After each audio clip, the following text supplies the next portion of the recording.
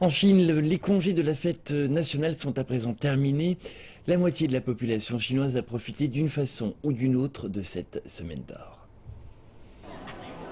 Un nouveau record d'affluence lors de cette semaine d'or. Les dépenses des Chinois en achats et en restauration ont atteint 180 milliards de dollars américains. Une augmentation énorme pour l'économie chinoise.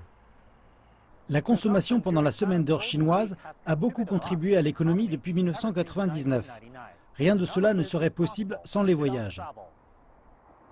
Pendant les vacances, près de 600 millions de Chinois ont visité des attractions touristiques populaires en Chine et ont dépensé environ 480 milliards de yuans, soit 72 milliards de dollars, bien au-dessus des chiffres de l'année dernière. Ces sortes de dépenses peuvent avoir un impact économique important. En regard des recettes annuelles nationales du tourisme, la consommation pendant la semaine d'or peut représenter de 10 à 15%.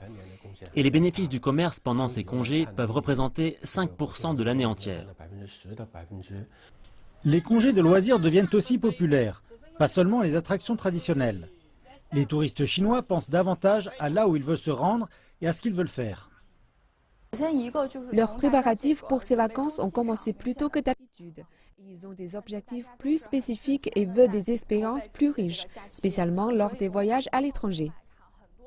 La semaine d'or a été, au cours des 17 dernières années, un moteur formidable de l'économie chinoise, mais avec le nombre croissant de personnes qui ont à présent la capacité de voyager et de profiter de la semaine, les autorités doivent s'asseoir et réfléchir à la meilleure manière de continuer.